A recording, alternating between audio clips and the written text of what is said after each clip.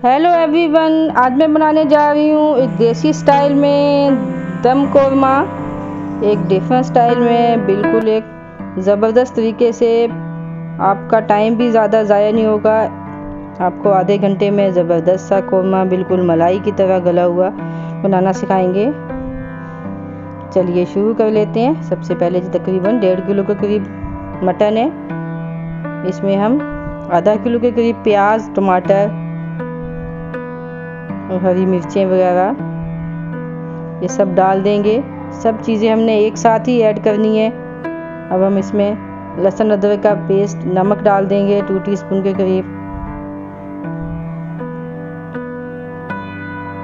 इसमें हम गरम मसाला ऐड कर देंगे। हमने इसमें लाल मिर्च वगैरह कुछ भी ऐड नहीं करना, सिर्फ गरम मसाला, नमक और हल्दी, ये चीज़ें ऐड करके हम इसमें लहसुन अदरक का पेस्ट जो फ्रीज किया था वो ऐड कर देंगे इसमें।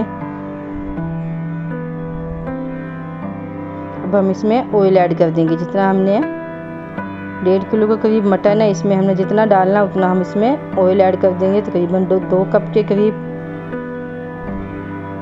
इन सब चीज़ों को ऐड करके हमने हाथ की मदद से इनको अच्छी तरह मसल लेना है। इतनी अच्छी तरह मिक्स करना है ताकि बिल्कुल बोटियों वगैरह में अच्छी तरह ये मसाला लग जाए। हम इसमें दही वगैरह कुछ भी नहीं डालेंगे, सिर्फ यही चीज़ें ऐड करेंगे।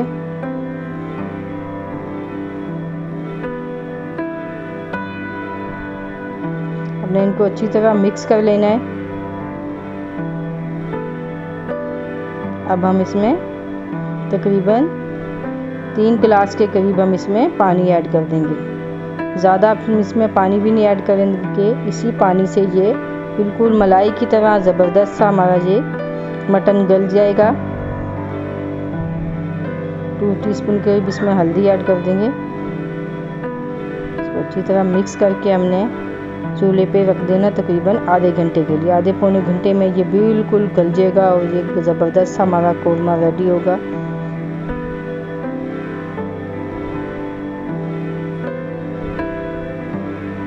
हमने इसको चूल्हे पे रख दिया है। आंच आपने दरमियाने रखनी है, इससे ज़्यादा हाई नहीं करनी है। देखिए बिल्कुल इसी आंच पे, हल्की आंच पे ये पकता रहेगा।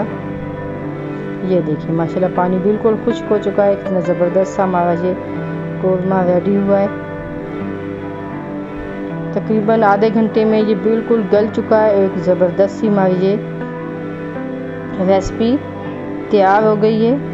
आप इसको लाजमी ट्राई करें एक डिफरेंट स्टाइल में, और एक ज़बरदस्त सी हमारी ये रेसिपी बिल्कुल आसान तरीके से बनाना सिखा रहे हैं। ये देखिए माशाल्लाह कितना ज़बरदस्त सा हमारा ये दम कौरमा रेडी हो गया। अगर आपको हमारी रेसिपी अच्छी लगती है, शेयर और लाइक ज़रूर किया करें। फीडबैक देना मत भूलिएगा। दुआओं में याद रखिएगा। अल्लाह हाफिज़।